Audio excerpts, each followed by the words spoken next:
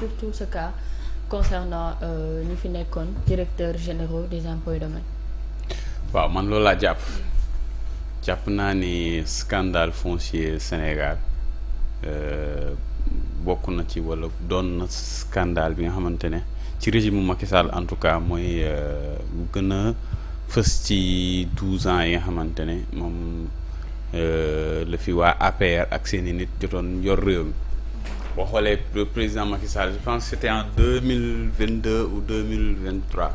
mus na wax lu ni mel. Bon c'est plus de l'année hein, peut-être même bien avant mos na wax ni moom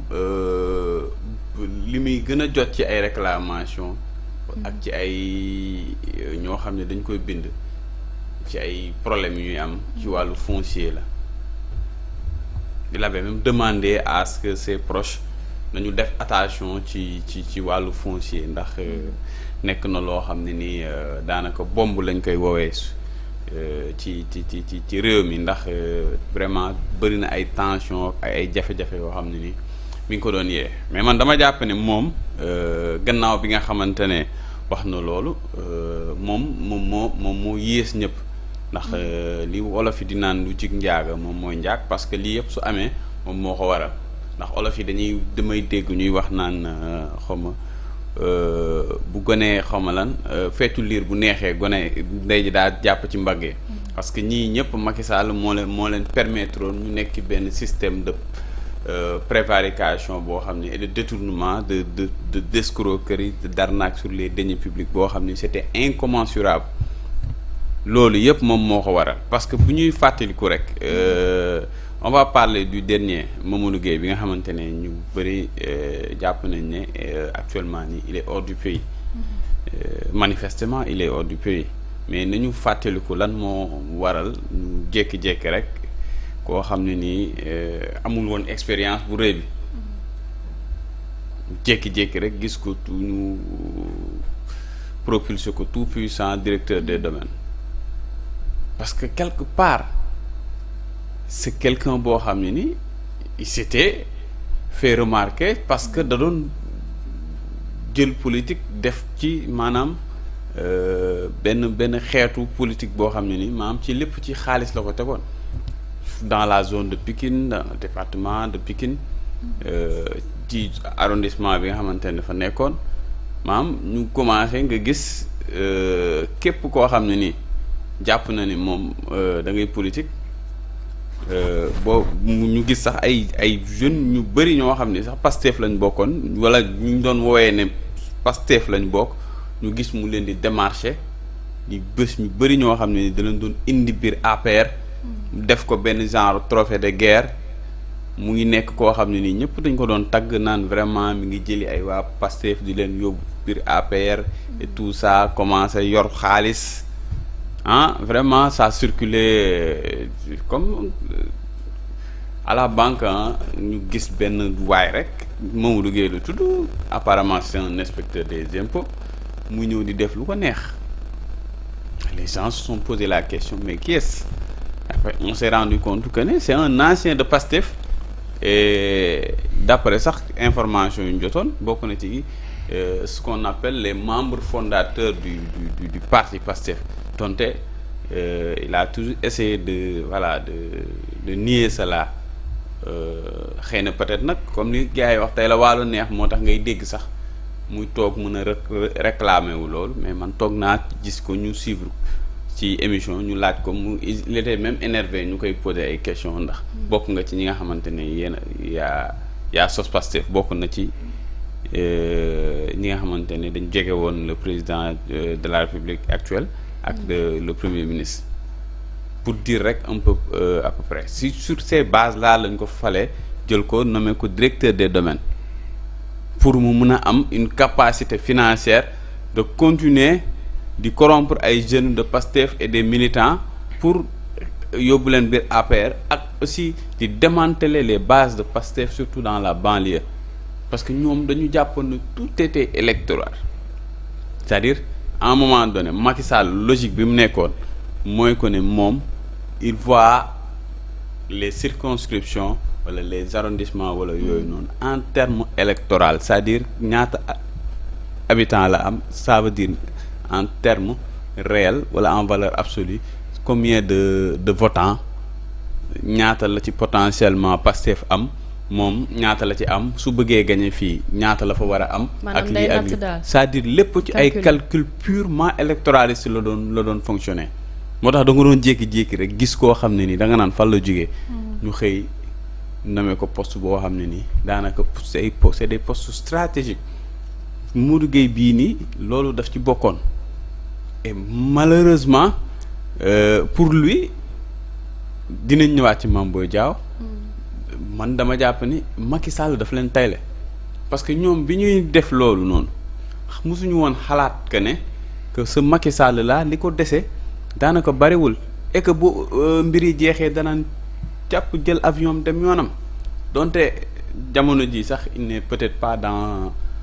le meilleur de son monde. Mais en tout cas toujours est-il que mi ngi dem di taxawaalu ci sommet yi di wax affaire climat. di wax kii xaw ma moom dafa bëgg a def carrière ci météorologie xaw ma la temps yi affaire climat daal la jël mais bon bref pour en revenir à lui c'est-à-dire Mamadou Gueye loolu moo ko propulsé dañ waxante dëgg faluñu ko ci base compétence bien vrai que inspecteur des impôts la faluñu ko parce que dafa def ay résultats dañ ko fal parce que dafa nekkoon di jël ay waa Pastef di leen yóbbu APR. voilà léegi nag moom loolu si lan la ko doon defee sur quelle base. ñëpp xam nañ ne xaalis boobu fan la ko doon jëlee maman nañ waxante dëgg c'est-à-dire gis nga ñun sénégalais yi des fois man tout le temps problème boobu lay am en fait parce que je me dis que sénégalais ñun des fois dañuy bëgg damaa la jéggal maa ngi tuub ci wax ci quoi su fekkee c'est pas correct dañuy bëgg dof lu quoi parce que mënuma comprendre un fonctionnaire de l'État nga gis ko muy am un niveau de vie boo xam ne ni maanaam les hommes d'affaires yi nga xam ne jàpp nañ ne sax futur ils ont réussi tabax ay usines am ay entreprises yor des centaines d'employés mënuñu ko am après les gens se posent la question kii fan lay jëlee li mu yor fan la koy jëlee day luxus xaalis xëy na peut-être wala day blanchir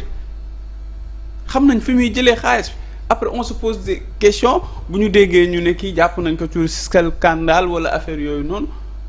ñu commencé na non lu xew ak comment ça se fait li xew xam nañ ko gars yi gënuñu aay gars yi gënuñu kii dañ leen gën a jubadi foncier dafa nekk loo xam ne ni c'est-à-dire argent facile la foncier mook drogue ñooyam c'est-à-dire da nga ciy dugg tey suba tu deviens milliardaire foncier moom moo gën a gaaw drogue laa la wax ni c'est-à-dire système de blanchiment d'argent yépp ñëpp xam nañ ni ramification bi gën a gaaw c'est le foncier moo tax ñoom ñëpp il court vers ça parce que foncier rek moo la mën a permettre koo xam ne nii yoroo dara suba nga nekk suba milliardaire parce que il suffit juste comme li Macky Sall defal doom ji jël terrain état jox la ko ni la demal nga jaay am 10 milliards ñu versel ko nga toog sa kër toog muy dox loolu foncier moo ko mën a permettre enquête moo fësal ni que ni comme ni ko daaw da waxee dañu jël ay suuf boo xam ne ni suufu état la attribuer ko ay nit dans le but te jël attribution yooyu jaay ko pour jël alal gi def ko seen poche c'est-à-dire au-delà du li ñu def ci ay délits dafa bari am na détournement de deniers détournement d'objectifs escroquerie sur les fonds publics arnaque am na ci daanaka boo xool li ñuy boole ci ay mbir doy na waar moo tax li daaw da wax man je suis bien d'accord man pour man gis nga comme je l'ai dit la loi elle est impersonnelle le caractère de la loi dafa war a nekk un caractère général et impersonnel c'est-à-dire waruñu di am ràññante ak différenciation entre ñiy def jëf ju ndaw ak ñiy def jëf ju rëy ñi borom tur yi ak borom sant yi ak borom ndombal tànk yi parce que loolu loi moo ko wax daf ne tous les citoyens naissent égaux devant la loi donc bu daaw da defee dara ay la yéwén bu fekkee ni lii mooy li nga xamante ne moom la yoon prévoir bu ko junior defee mais nañu def la même chose pourquoi faire une différenciation parce que neexul ba neexul mais ñii li ñu def comme ni ma ko cité dafa bëri ay délits yoo xam ne ni c'est répréhensible puni par la loi yoo xam ne daf ci nekk ci biir ci dossier bi boo ko xoolee. kon nga jàpp aussi ni que bracelet électronique bi dafa sedd. non pour man c'est nan laa ko mun waxee bracelet électronique pour man ñii nii c'est-à-dire c'est limite nga mu ngi mel ne nga leen noo garaawul quoi nañ ko lijjanti quoi entre nous. ah voilà wax dëgg fa yàlla parce que lii nii nañ waxante dëgg ñii est-ce que chef d'inculpation yi ñu leen di toppee même si fekkee dañuy considérer qu'ils ont toujours la présomption d'innocence mais chef d'inculpation yi ñu leen di toppee nii wax dëgg fa yàlla amul ku ñu koy toppee ngay toog naan sa kër da ngay toog di kii bracelet électrique bu dee loolu la kon nañ takkal réew mi yëpp bracelet électrique nañu commandé 5 millions de bracelets kuñ ci jàppati ni la jëlal bracelet nga dem toog sa kër parce que tamit bu fekkee ne bracelet yi c'est pour les nobles wala c'est pour les politiciens wala loolu le bas peuple wala ñooñ nag kuñ ci jàpp ñun la léegi yow rëbës nga jëm il faut qu'on soit clair parce que boo xoolee Mame Boye Diao on va parler de lui moom bi nga xamante ne mbir mi génn moom defoon na sorti mais li mu wax moom ci boppam da ngay xam ni carrément ay wax yu tegul fenn moom il a admis personnellement avoir donné gratuitement des terrains yoo xam ne ni mi ngi bokk ci benn surface boo xam ne ni état moo ko moom te moom li mu am noonu pouvoir boobu noonu état bu ko jox daf ko encadrer loi tënk ko lii ak lii mooy sa pouvoir ci lii ak lii nga koy teg mu dem ba am ci problème ak ki nga xamante ne moom moo nekkoon président commission de conservation des opérations domaniales mooy CCOD bi lan moo tax et puis il faut qu'on creuse l'abcès il faut ñu jàll ci loolu man mës naa dégg Ousmane Sonko wax ko mais bokk na ci déclaration yoo xam ne peut-être sénégalais relais wuñ ko bu bëri je pense que c'était en 2020 ou 2021 à Ziguinchor muy expliquer ne que moom dafa gëm ne suufu Sénégal ni ñu koy joxee baaxul que boo dëkkee ci zone yow mi nga xamante ne yow yaa nekk ci dëkk ci zone bi yow tu dois être prioritaire dans l'attribution des ou dans la distribution même des xam nañu koy tuddee des bu ñuy en tout cas bu ñuy joxe ay suuf yow mi dëkk ci gox bi yaa ci war a nekk priorité mais mënuñu jël koo xam ne Fuuta la dëkk gën a yey waaw gën a jege gën a yey jël ñi dëkk Fuuta jox leen suufu Ndakaaru jël waa Ndakaaru yi nii xañ leen suuf si jël ko wala nga jël leen loolu c'est-à-dire dafa war a bokk ci critères yi nga xamante ne bu ñuy joxe ay suuf wala yooyu noonu comme que commission la commission bi daf ci war di basé wu mais da ngay ñëw rek n'importe comment ñu ne lan parce que il est chanteur way na ko way bu neex wala lan lutteur la ñaa ngi gërëm diw loolu nga ñëw jël suuf jox ko alors que nit dëkk na ci dëkk bi màggee fa def fa lu nekk ay waajuram sax amaana dëkk fa mënu faa am 150 mètres carrés. mais ñu teg ko fa la au-delà si kooku mais ki liggéey ki dem jaayante ji am xaalisam ñëw ñu dóor ko si suuf si nag moom kooku gën a métti. waaw kooku moom beneen procédure la parce que loolu déjà escroquerie la parce que kooku noonu au-delà du fait que dossier bi nga xamante ne yoon mu ngi ko dénk su ma juumul la division des investigations criminelles ki nga xamante ne dañ la dóor ki la dóor yow am nga droit dem ubbi beneen procédure boo xam bu bokkul ak lii la de façon personnelle yéen ñaar nga porte ko plainte te boo amee ay kayit yu firndeel ni dafa lekk sa xaalis boo ko yóbbee ci yoon dañ lay tëj moo tax maman li nga wax noonu sànq sa question bi effectivement bombe sociale bu ñu koy wax fii dans ce pays là ce sera le foncier man loolu dama ko gëm parce que lii day xëy na rek loo xam ne ni maanaam annonce lay doon wala introduction le début du commencement waaw wala accroche mais ce qui est sûr nee naa la gis nga beewaa bii nii parce que démb maa ngi jéggalu sax saisir nañ ma ñi nga xamante ne ñooy le regroupement ñi nga xamante ne ñoom ñoo am foofu noonu ci hangar pèlerin dañ leen fa jaay ñu am fa légalement démb saisir nañ ma pour communiquer boo xam ne ni ñoom def nañ ko pour adresser ko au président de la République et à son premier ministre mais comme démb damaa xawoon tawat moo tax j'ai pas pu travailler sur ça. mais ñu leen xamal ne ñoom constitué en comité et que dañuy porter plainte parce que dañ leen jaay foofu te ñoom nee nañ dàq ñu lépp loo xam ne ni yoon laaj na ko pour ñu retrouver soit seeni bien soit ñu jox leen feneen foo xam ne ni fu méngoog fi ñu jënd la mais problème bi mooy ñan ñoo leen jaay. man loolu laay poser la question. mais itam c'est une autre question. voilà ñan ñoo leen jaay mais aussi bon commission bi buñ ko tegee ba pare et si je ne me trompe pas ne woon nañ leen ko am benn parcelle mën nga dem am na fu ñu la wax nga dem ca Descos mais boo amee ñaar ba ca ñett ñëwal ca primature loolu aussi moo ci amoon juste est-ce que nekkul ne dañoo bëggoon xam kan ak kan ak kan ak kan ñoo nekk ci ginnaaw mais ce qui est sûr moom BOA bu ñu duggee Bank of Africa dum la bett fii nii ñoo xam ne ñoo ngi ci kaso bi. te ñoo leen jaay. effectivement man loolu laa gëm. BOA moom ka fa ëppale moom jaaykat ba fa ëppale boo koy wër ci kaso bi nga koy fekk de. BOA hangar pèlerin. bëri na daal ay. yaakaar naa wax nañ ko assiette foncière yoo xam ne mooy ci tribunal Guédiawaye bi VDN 3 bi. y a beaucoup.